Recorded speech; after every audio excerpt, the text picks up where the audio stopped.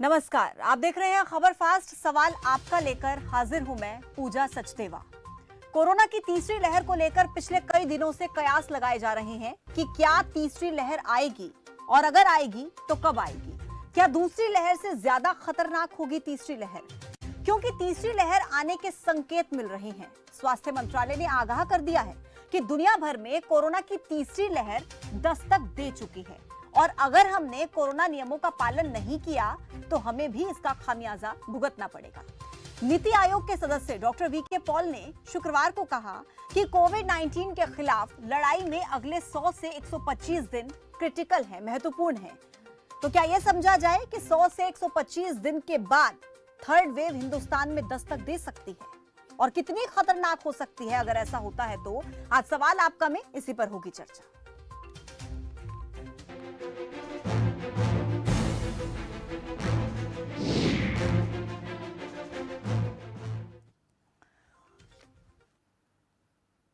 देखिए, कोरोना की third wave को लेकर जो खबर आ रही है उसके बाद बेहद सतर्क हो जाने की जरूरत है, क्योंकि दुनिया के कई देशों में तीसरी लहर ने पहले से ही दस्तक दे दी है। पिछले एक हफ्ते के अंदर कोरोना के 16% मामले बढ़े हैं।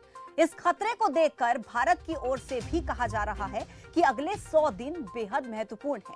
एक बार ग्राफिक्स दिखाइए दर्शकों को, उसके जरिए उन्हें समझाएंगे कि किस तरीके से कई देशों में कोरोना की थर्ड वेव का खतरा मंडरा रहा है।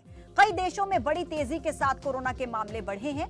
पूरी दुनिया में इस हफ्ते 33,76,000 कोरोना के केसेस सामने आए हैं और पिछले हफ्ते 29,22,000 मामले सामने आए थे।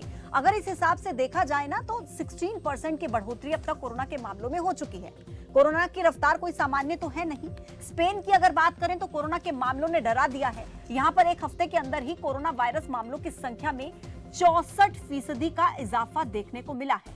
नीदरलैंड में 300% की वृद्धि देखी गई है। दक्षिण अफ्रीका में 50% मामले बढ़ गए हैं। इंडोनेशिया, बांग्लादेश, थाईलैंड, यहां पर एक ही बार में अचानक से मामले तेजी से बढ़ने लगे। और भारत में हालांकि मामले थोड़े कम जरूर हुए हैं, लेकिन अब इसके नीचे जाने की रफ्तार यानी कि कम होने की रफ्तार कम हो गई है। ऐसे में तीसरी लहर का खतरा हम पर भी मंडरा रहा है और हथियार एक ही है, वैक्सीनेशन। सरकार ने दावा किया था कि दिसंबर तक देश की 18+ आबादी का टीकाकरण पूरा कर लिया जाएगा, लेकिन आंकड़े क्या बयां कर रहे हैं वो बहुत महत्वपूर्ण है, क्योंकि आंकड़े बताते हैं कि वैक्सीनेशन के 6 महीने बीत जाने के बाद भी भारत में 18+ आबादी का कुल टीकाकरण करीब 8% के आसपास ही हुआ है। भारत में टीकाकरण की रफ्तार को 18+ की पूरी आबादी को एंटी कोविड वैक्सीन लगाने के लिहाज से बहुत ज्यादा कम है। दिसंबर तक सभी लोगों का वैक्सीनेशन करने के लिए हर दिन 90 लाख लोगों को वैक्सीन डोज दिए जाने की जरूरत है, लेकिन भारत में फिलहाल स्थिति समझिए, टीकाकरण का औसत करीब 40 लाख प्रतिदिन ही है। जो फीसदी 90 लाख होनी चाहिए वो औसत केवल 40 लाख है। ऐसे में आज हम सवाल करेंगे अपने मेहमानों से कि क्या तीसरी लहर दूसरी लहर से ज्यादा प्रचंड होगी? कब तक आ सकती है तीसरी लहर? पहला सवाल। दूसरा सवाल, कितनी प्रचंड हो सकती है तीसरी लहर? कितना ज्यादा खतरा तीसरी लहर से हो सकता है लोगों को? तीसरी लहर को लेकर सरकार कितनी तैयार है, क्योंकि दूसरी लहर की तबाही हम देख चुके हैं। तीसरी लहर की कुछ तैयारी सरकार ने की है या फिर नहीं? क्या फिर से लापरवाही भारी पड़ सकती है? इन तमाम सवालों के जवाब लेंगे। नंबर आपके टेलीविजन स्क्रीन पर फ्लैश हो रहे हैं, नंबर्स पर कॉल कीजिए, अपने सवाल पूछिए। आपके मन में कोई भी सवाल तीसरी वेव को लेकर, डॉक्टर हमारे साथ जुड़ेंगे, सरकार से प्रवक्ता हमारे साथ जुड़ेंगे।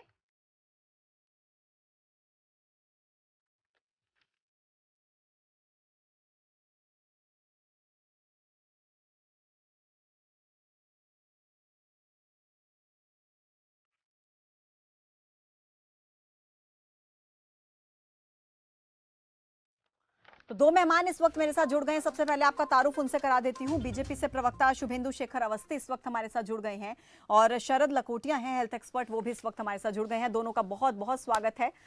शरद लखोटिया जी, आप ही का रुख करूंगी। सेकेंड वेव को लेकर कई बार हम लोगों की बातचीत हुई है, इसी कार्यक्रम के जरिए हमने लोगों को सतर्क करने का भी काम किया है, जानकारी लोगों तक पहुंचाई है, आपकी तरफ से बहुत डिटेल जानकारी लोगों तक पहुंचाई गई है। आज मैं चाहूंगी आप दर्शकों को सबसे पहले ये बताएं कि 100 से 125 दिन बहुत ज्यादा क्रिटिकल माने जा रहे हैं हिंदुस्तान के लिए। क्या थर्ड वेव का खतरा है, मंडरा रहा है हिंदुस्तान पर? थर्ड वेव हिंदुस्तान में आ सकती है जल्द ही? शरद लखोटिया जी। देखिए, थर्ड वेव का खतरा बिल्कुल एक रियलिटी है। और जैसा कि आपने देखा, WHO ने भी इस बार वार्निंग पूरे विश्व को दे दी कि पूरे विश्व में थर्ड लहर की शुरुआत हो गई। आप देखिए, आपने आंकड़ों से बताया कि यूरोप में, अमेरिका में, रशिया में हर जगह केसेस किस तरह से, किस रफ्तार से बढ़ रहे हैं। ब्रिटेन में केसेस बढ़ रहे हैं। कारण ये है कि ये जो डेल्टा वेरिएंट, जिसने सेकेंड वेव में इस तरह की तबाही मचाई थी हमारे देश में, ये 111 कंट्री से ऊपर पहुंच गया है। और जहां ये पहुंचा है वहां वैसी ही तबाही मचा रहा है, वैसा ही ट्रांसमिशन हो रहा है जैसे हिंदुस्तान में हो रहा था। तो ये एक खबर सच है कि तीसरी वेव का आगमन शुरू हो गया दुनिया में। और हिंदुस्तान में थर्ड वेव कैसी होगी, इसके ऊपर आकलन करने से पहले ये मैं बता दूं कि हमारे देश की जनता जैसा चाहेगी वैसा होगा। इसका कारण बहुत सिंपल है कि जो जनता के हाथ में, जिस तरह आपने देखा कि आजकल हिल स्टेशन पे किस तरह के लोग घूम रहे हैं, मास्क उतार के घूम रहे हैं, जी बिल्कुल, भीड़ इकट्ठियां हो रही है। और अभी भी कई जगह पे लोगों के इस तरह के कॉमन प्रोग्राम घूमने फिरने के या सोशलाइजेशन के हो रहे हैं। हम जब तक इसके ऊपर स्ट्रॉन्ग काबू नहीं लगाएंगे, मार्केट में लोग खुले घूम रहे हैं, उनके ऊपर हम एक अंकुश नहीं लगाएंगे, ये समस्या रहेगी। कोविड एप्रोप्रिएट बिहेवियर और सोशल डिस्टेंसिंग, मास्क लगाना जैसे अविश्वभावी है, आवश्यक है, उसी तरह वैक्सीनेशन प्रोग्राम भी बहुत इंपॉर्टेंट है। बिल्कुल। हाल ही देश की 6 से 7% पॉपुलेशन ही डबल डोज वैक्सीनेटेड हुई है और 22% को करीब एक डोज मिली है। यानी 45 करोड़ से ऊपर की वैक्सीनेशन होने के बावजूद भी हम लक्ष्य से पीछे हैं। और ये जरूरी है कि सभी पॉलिटिकल पार्टियां, चाहे वो रूलिंग हो या अपोजिशन, मिलके काम करें कि टीकाकरण को कैसे बढ़ाया जाए। तो ये काम हमारा है। अब मैं कारण और भी बताऊंगा आपको। जी, मैं शरद लखोटिया जी आपके पास वापस आ रही हूँ। 2 दर्शक हमारे साथ जुड़ रहे हैं, उनके भी सवाल साथ में ले लेते हैं। रणवीर सिंह है रोहतक से। रणवीर जी स्वागत है आपका। हाँ पूजा जी नमस्कार। जी नमस्कार। देखो पूजा जी, तीसरी लहर आएगी, इसमें कोई शक नहीं है। विदेशों में देखिए आप क्या हालात हैं। अमेरिका जैसे इतने बड़े देश में तराई तराई मची हुई है और हमारे भारत की तो औकात ही क्या है। हमारे नेता तो सिर्फ लूटने में लगे हुए हैं। हमारे मोदी जी कहते थे मिनिमम गवर्नमेंट मैक्सिमम गवर्नमेंट। अब क्या है कि तुम लोगों ने लूट लिया, दूसरों का मंत्री बना देते हैं, अब तुम लूट लो। आज पेट्रोल देखिए, डीजल देखिए, तेल देखिए, महंगाई देखिए, क्या हाल है। हमारे नेता सिर्फ लूटने में लगे हुए हैं। आज रविशंकर, हमारी बहन जी स्मृति ईरानी, हमारे अमित शाह जी क्या कहते थे 2014 में, तेल हाई महंगाई है, सवेदिन सरकार। आज क्या है मेरे शेखर जी, आपकी सरकार ने क्या वादा किया है। बच्चों के गुल्लक खाली करा दिए, जिनको कोरोना योद्धा कहते हैं उनका 1.5 साल का डीए खा गए। रणवीर जी आपका बहुत शुक्रिया। सभी दर्शकों को समय देना अनिवार्य है। आपके सवाल का जवाब जरूर देंगे शुभेंदु शेखर अवस्थी जी, लेकिन पहले एक और दर्शक जुड़े हैं, उनका सवाल ले लेती हूँ। करीम खान है MP से। करीम खान जी स्वागत है आपका। पूजा जी नमस्कार। जी नमस्कार, बताएं। मैं कहना चाहता हूँ कि अभी तीसरी लहर आई नहीं है। पूजा जी मैं कहना चाहता हूँ तीसरी लहर आई नहीं है। इनको बाहर की फ्लाइट की आवाजाही बंद करना चाहिए। और दूसरी चीज, सरकार ने एक एडवाइजरी जारी करना चाहिए कि पुलिस पेट्रोलिंग करे मार्केटों के अंदर। और अभी जो मंडियां लग रही है, मंडियां बंद होनी चाहिए। मंडियों को चलना बिल्कुल ठीक नहीं है, वहाँ बहुत ज्यादा भीड़ होती है। और सरकार को एडवाइस जारी करके पुलिस को बोलना चाहिए कि आप गश्त लगाइए, जिस दुकान पे ज्यादा भीड़ दिखती है उनको दंडित करिए। और तीसरी लहर से एक ही रास्ता है ये बचने का, क्योंकि सरकार इस ओर ध्यान नहीं दे रही है, खुद ही भीड़ इकट्ठी करती है। ठीक है, बहुत शुक्रिया आपका करीम खान जी जुड़ने के लिए, अपनी राय साझा करने के लिए। शुभेंदु शेखर अवस्थी जी आप ही का रुख कर लेती हूँ, क्योंकि दूसरी लहर की तबाही हम सबने देखी, लेकिन तीसरी लहर आ सकती है। अलर्ट जारी कर दिया गया है, WHO की तरफ से भी अलर्ट रहने के संकेत दिए गए हैं और कभी भी तीसरी लहर की दस्तक हिंदुस्तान में हो सकती है। अब की बार पहले से तैयारी कर रही है क्या सरकार, या दूसरी लहर की तरह फिर से वो मंजर देखने को तो नहीं मिलेगा लोगों को? देखिए पूजा जी, सबसे पहला तो मैं ये कहना चाहूंगा कि हमारे ICMR ने भी ये कहा है कि अगस्त एंड से लेके नवंबर एंड के बीच में कभी भी तीसरी लहर आ सकती है। और तीसरी लहर आएगी कैसे, ये मैं आपको बता देता हूँ। यदि हमारे लोग, भारतीय नागरिक, उसको हाथ पकड़ के लेके आएंगे कि आइए कोरोना जी है, तो वो आएगा। जिस तरीके से पब्लिक पागल हो गई है, हिल स्टेशन पे आपने देखा है, आज से 3 दिन पहले मोदी जी ने सभी नॉर्थ ईस्ट के जितने भी स्टेट थे उनसे भी बोला है, और इसी तरीके से बाकी हिल स्टेशन के ऊपर एक्शन लिए गए हैं। उत्तराखंड में भी, नैनीताल और शिमला के ऊपर, हिमाचल में, ये हर जगह पे बोला गया है कि कोई भी पब्लिक इस तरीके से आ रही है तो उसको रोका जाए, उसको डिस्करेज किया जाए। अभी पब्लिक को ऐसा लगता है कि हमको वैक्सीनेशन लग गया है, अब हमको कुछ नहीं होगा, पर मैं बहुत सारे ऐसे केसेस हैं वैक्सीनेशन के बाद भी, डॉक्टर साहब यहाँ पे बैठे हुए हैं हमारे लखोटिया साहब, वो बता सकते हैं कि वैक्सीनेशन लगने के बावजूद भी आप 90% सेफ है, 10% अभी भी चांसेस है कि आपको कोरोना हो सकता है।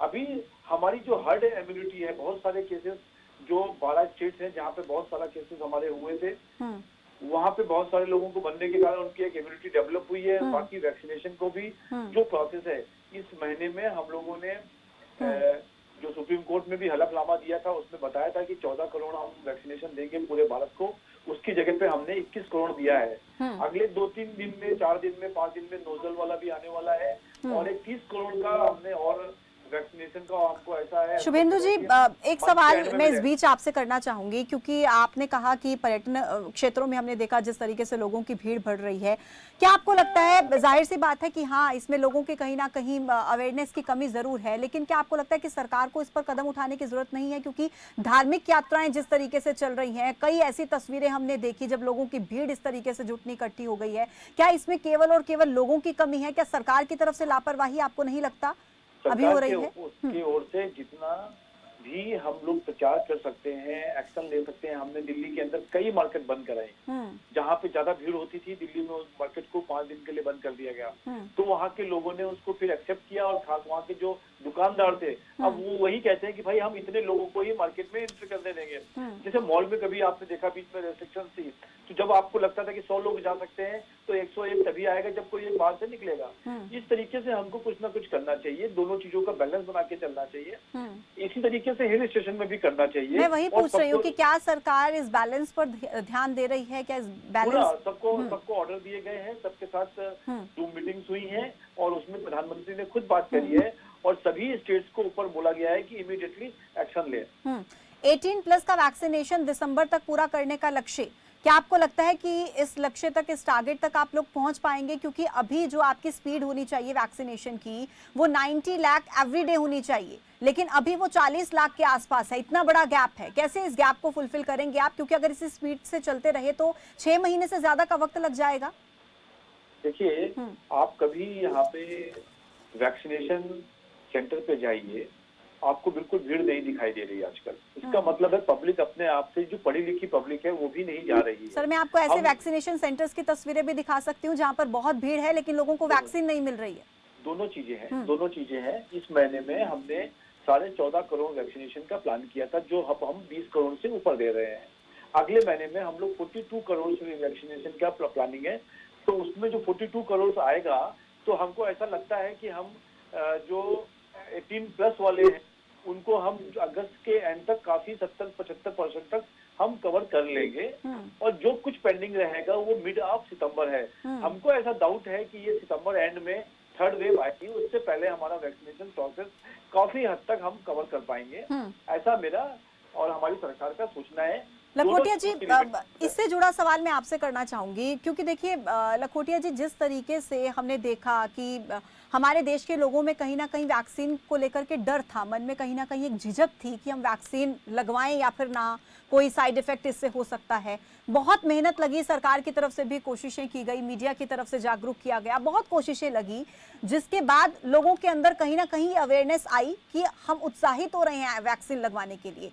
ऐसे समय पे अगर लोग वैक्सीनेशन सेंटर्स तक खुद पहुंच रहे हैं, लेकिन वहां पर लोगों को वैक्सीन नहीं मिल रही है, ये हमारे लिए कितनी बड़ी चुनौती है। और आने वाले समय में अगर थर्ड वेव आती है, तो उसके लिए एकमात्र हमारे पास हथियार जो वैक्सीनेशन होना चाहिए, उसकी स्पीड को कितना बढ़ाने की जरूरत है? लखोटिया जी, देखिए, वैक्सीनेशन स्पीड बढ़ाना बहुत आवश्यक है, इसमें कोई दो राय नहीं। लेकिन देश में जो समस्या है, मेरा एक मानना है कि ये जो महामारी का समय है, सभी पॉलिटिकल पार्टियों को एकजुट होके पूरे कार्यक्रम की एक रूपरेखा बना के उसमें अपना सहयोग प्रदान करना चाहिए।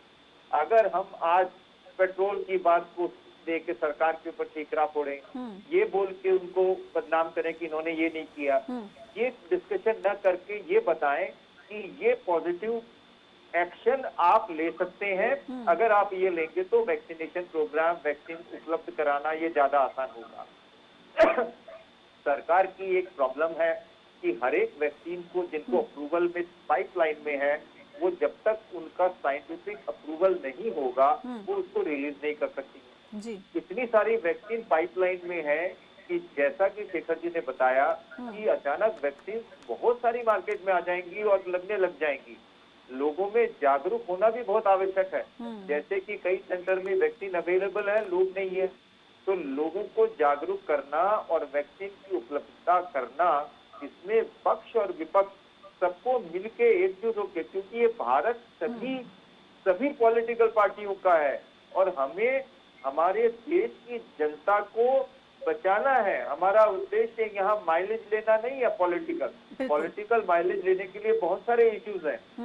जब हम इस बात को काम करेंगे तो हम पहचानेंगे कि सरकार अपना काम ठीक कर रही है, राज्य सरकारें अपना व्यवस्था कर रही हैं और ऑक्सीजन प्लांट बन रहे हैं, बच्चों के आईसीयू बेड बनाए जा रहे हैं, सारी व्यवस्था हो रही है। ध्यान ये रखना है कि जहाँ कोविड अप्रोप्रिएट बिहेवियर का उल्लंघन हो रहा है, जहाँ भीड़ भाड़ हो रही है, वहाँ सरकार को थोड़ा और स्ट्रॉन्ग होके एक्शन लेना होगा, दंडित करना होगा, क्योंकि न सिर्फ ये अपनी जान को जोखिम में डाल रहे हैं, बल्कि अपने परिवार, अपने अड़ोस पड़ोस और पूरे समाज के लिए भी खतरा है जी। ये बहुत समझना। लखोटिया जी, एक सवाल आपसे और, थर्ड वेव कितनी ज्यादा खतरनाक हो सकती है? क्या सेकंड वेव से ज्यादा खतरनाक होगी या उसका असर थोड़ा कम देखने को मिलेगा? देखिए, थर्ड वेव विश्व के लिए एक बहुत भयंकर रूप में आ रही है। कारण क्योंकि डेल्टा वेरिएंट हिंदुस्तान से शुरू हुआ और बहुत अलग अलग जगहों में पहुंचा और आज 111 कंट्रीज में और फैल रहा है। डेल्टा वेरिएंट ने जो कहा, क्योंकि ये वायरस ऑफ कंसर्न है और इसकी ट्रांसमिशन बहुत फास्ट होती है, वो लंग को जाके सीधा अफेक्ट करता है, तो मॉर्टेलिटी यानी मृत्यु दर बहुत ज्यादा है, तो विश्व में एक भयंकर रूप ले रहा है। हिंदुस्तान के लिए अच्छी बात ये है कि अगर हम फैलने से रोक सकें तो ये डेल्टा वेरिएंट हमें ज्यादा तकलीफ नहीं देगा, क्योंकि यहाँ बहुत बड़ी पॉपुलेशन में ऑलरेडी एंटीबॉडी बन गई है, क्योंकि इतने सारे लोग सिम्टमलेस जो थे वो सब उनके वैक्सीन वो उसके एंटीबॉडी बना के रखें। बच्चों में भी हो सकता है कि ज्यादा असर न दे, क्योंकि अभी जब बच्चों की वैक्सीन का ट्रायल हो रहा था तो एम्स में हमारे डॉक्टर रणदीप गुलेरिया ने बताया कि 50% बच्चों में तो एंटीबॉडी ऑलरेडी बनी हुई थी, तो हमको उनको रिजेक्ट करना पड़ा। यानी इतनी एंटीबॉडी गांवों के बच्चों में भी बन गई है आज के दिन। यानी हमारे लिए ये जंग थोड़ी सी आसान हो सकती है अगर हमारे जो एफर्ट्स हैं वो कलेक्टिवली करें, हम मिलकर अगर एफर्ट्स करें तो हमारे लिए जंग आसान हो सकती है। शुभेंदु जी, आपके पास आना चाहूंगी। देखिए, बार बार लॉकडाउन लगाने से देश की आर्थिकी पर कितना बुरा असर पड़ता है, हम सब इससे वाकिफ हैं। बार बार लॉकडाउन लगाना सरकार के लिए मजबूरी होती है, आखिरी विकल्प होता है, तब लॉकडाउन लगाया जाता है। लेकिन अब हम इस लॉकडाउन की वजह से कितने पीछे जा सकते हैं, इसका भी ख्याल हमको रखना होगा और साथ ही साथ इसका भी ख्याल रखना होगा कि देश के लोग सुरक्षित रहें। इन दोनों का तालमेल बिठा करके सरकार को काम करना पड़ेगा। हाँ बिल्कुल पूजा जी, बिल्कुल ठीक कह रहे हो आप, क्योंकि यदि लॉकडाउन से सब चीज बंद हो जाती है, लोगों को उनका व्यवसाय खराब हो जाता है और व्यवसाय खराब होते होते उनका पूरा स्ट्रक्चर खराब होता है, व्यक्ति का भी और पूरी सरकार का भी। आज पूरे देश में यदि हम नवंबर तक और दिवाली तक फ्री राशन दे रहे हैं गरीब लोगों को, वो इसीलिए दे रहे हैं कि किसी न किसी तरीके से उनके काम नहीं हो पा रहे हैं और किसी न किसी तरीके से उनको भूखा ना रह पा जाए, इसलिए पूरे देश के सभी गरीब लोगों को दिवाली तक फ्री राशन देने के लिए मोदी जी ने कहा। प्लस मैं आपसे ये कहना चाहता हूँ, जैसे डॉक्टर साहब ने कहा कि ये केवल और केवल एक तरीके से रोका जा सकता है कि यदि हम इस समय पर अगले 3 महीने थोड़ा सा संयम और बरत लें। जो लोग निकल गए, जो लोग घूमने निकल गए, हमारे आपके जानने वाले लोग हैं, उनको आपके चैनल के माध्यम से ये हम समझाएं कि साहब इतना आपने किया है, आपको जो स्वतंत्रता मिली है उसका मतलब ये नहीं है कि उसको आप मिसयूज करो। ये थोड़े दिनों के लिए खोला गया है, आप अपने काम के लिए जाओ, पर हिल स्टेशन पे क्या करने जा रहे हो आप? और जाओ तो फिर वहां पे अभी आपने देखा कि कुछ लोग तलवार लेके घूम रहे थे, कुछ लोग बिना मास्क के घूम रहे हैं। ऐसी चीजों के ऊपर हिमाचल में और उत्तराखंड में एक्शन लिया गया उनके ऊपर। तो ये चीजें कंट्रोल के बाहर है। पब्लिक भारत की ये मानती नहीं है, इनको डंडे के हिसाब से मानना चाहिए। और जब डंडा चलता है तब ये कहते हैं कि सरकार हमको जबरदस्ती कर रही है। इसलिए मैं आपसे इस माध्यम से कहना चाहता हूँ कि देखिए, हर फोन लगाते समय आज भी एक ही आता है कि कोरोना अभी खत्म नहीं हुआ है। बिल्कुल बिल्कुल, बहुत महत्वपूर्ण बात है ये। बिल्कुल देखिए शुभेंदु जी, जाहिर सी बात है कि एफर्ट्स एक साथ मिलकर होंगे तभी हम कोरोना से जंग जीत पाएंगे, क्योंकि अभी जंग बाकी है, कोरोना अभी देश से गया नहीं है और मिलकर ही एफर्ट्स करने होंगे, ये तो जाहिर सी बात है। एक दर्शक है गुरुग्राम से, सुंदरदास जी, स्वागत है आपका। हाँ जी, नमस्कार जी। नमस्कार। नमस्कार जी। सर अपने टीवी का वॉल्यूम कम कर लीजिए।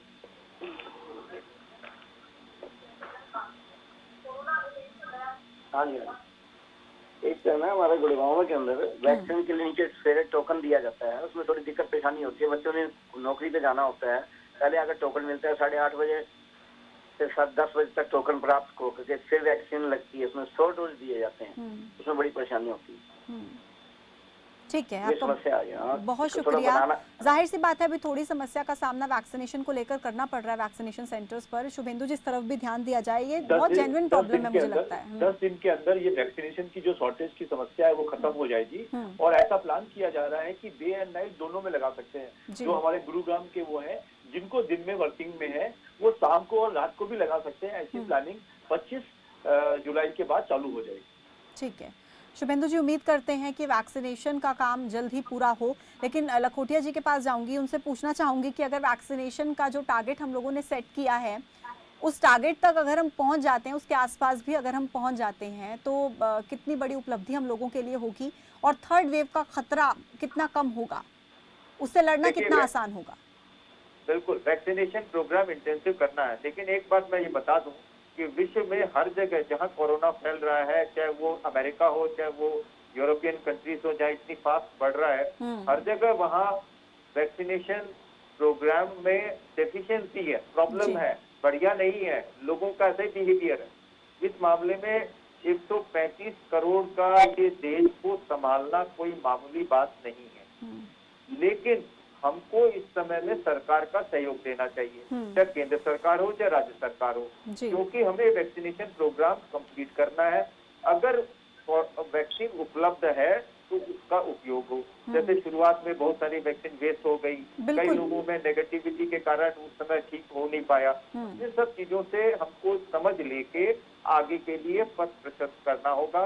वैक्सीनेशन आपका सबसे कारगर उपाय है। राज्य सरकार और केंद्र सरकार की तरफ से हम लोगों का अपना जो बिहेवियर है वो इम्पोर्टेंट है। और 2-3 चीजें समझ लीजिए, कोरोना का बिहेवियर हमें जानकारी नहीं है। कोरोना अकबर इस बार भी वेरिएंट ऑफ कंसर्न आ गया, तो हो सकता है उसका ट्रांसमिशन ज्यादा जल्दी तेजी से हो जाए, हो सकता है कि उसका विरुलेंस यानी जैसे लंग पे अफेक्ट करता है ऐसा कुछ हो जाए। लेकिन हम आशा करते हैं कि वो पूरा वायरस जो डेल्टा वेरिएंट था वो अब ज्यादा यहाँ नहीं पनपेगा। जो अभी ऑलरेडी जिस प्रदेशों में चल रहा है वहां भी जाके कंटेन हो जाएगा, इम्यूनिटी बढ़ा देगा।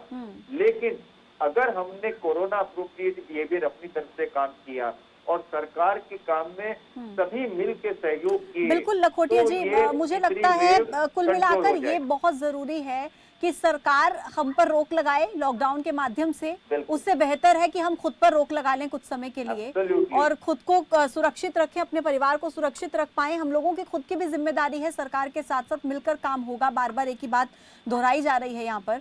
आप दोनों मेहमानों का बहुत शुक्रिया मेरे साथ इस खास चर्चा में जुड़ने के लिए और तमाम सवालों के जवाब देने के लिए। तो देखिए, हिंदुस्तान में थर्ड वेव आ सकती है, इस बात की आशंका लगातार जताई जा रही है, लेकिन बहुत ज्यादा जरूरी है खुद पर इस वक्त कंट्रोल रखना। हम लोगों के पास अगर अपनी जान सेफ होगी, हम लोग सेफ होंगे तो फिर से हिल स्टेशंस पर घूमने चले जाएंगे। लेकिन सबसे ज्यादा इंपॉर्टेंट है इस वक्त हमारा स्वास्थ्य। अगर थर्ड वेव ने दस्तक दी तो फिर क्या हालात बन सकते हैं ये आप और मैं शायद इस वक्त बैठकर सोच भी नहीं सकते। लेकिन दूसरी वेव ने जिस तरीके से जो तबाही मचाई है, कई घरों से उनके चिराग छीन लिए, कई बच्चों से उनके माता पिता छीन लिए, ऐसा मंजर फिर से हिंदुस्तान में देखने को ना मिले, इसको लेकर हमें और सरकार को मिलकर काम करना ही होगा। सवाल आपका, मैं मेरे साथ अभी के लिए फिलहाल इतना ही। तमाम बड़े अपडेट्स के लिए आप जुड़े रहिए खबर फास्ट के साथ। नमस्कार।